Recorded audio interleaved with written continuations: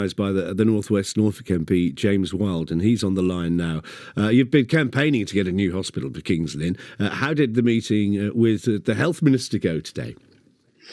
I have, Stephen, yeah. And as soon as Caroline Shaw called me last week to say they'd had to close the critical unit, I called the Health Secretary and the Health Minister and got that meeting, which we had this week. It was positive, as the Department of Health confirmed there's going to be £20 million coming to the hospital that's available from the start of the financial year in April. But that's a short-term fix. That is specifically earmarked to help protect the roof. But what we do need is a long-term. We need to have the investment in a new hospital or a substantial rebuild. And it was positive in the sense that the Minister was talking about the spending review that's coming up in November. That will probably set the pot for the 8 additional hospitals, which I've been campaigning for QEH to be one. And that gives us time to continue to develop the case we've got and use this additional money to make sure the hospital is safe and can deliver for patients.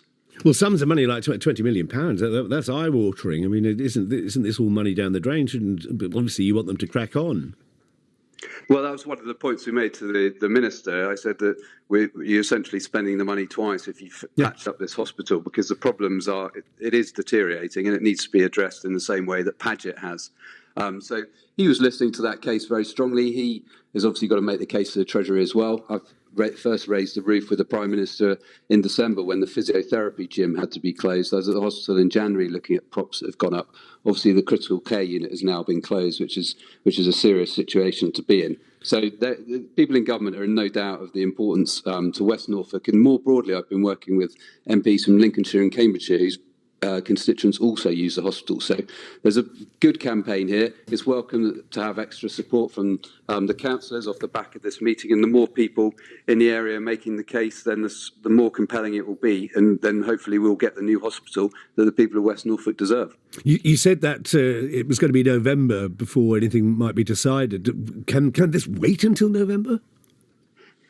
Well, I think it's important to say at the moment that the hospital is safe. Otherwise, the Chief Executive and the Hospital Trust would take action to close it. They're doing these inspections, which is when they've alighted upon these issues and when they find things, and they have to take action.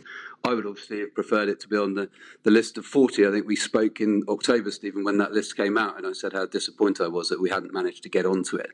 But government processes take a bit of time. I made the case to the Minister that we should be fast-tracked and get funding now. That's a conversation I'll keep having with the Treasury, but what we do know is that there's going to be an additional 8 hospitals. It's likely that the pot for those will be set in November. So we've got the time frame between now and then to explain what our vision is for the hospital and about health in West Norfolk, which is more than just about people going into a hospital. It's about the whole quality of life and healthy living, and making that case so that when the decisions are made, that we're prime place to secure the funding.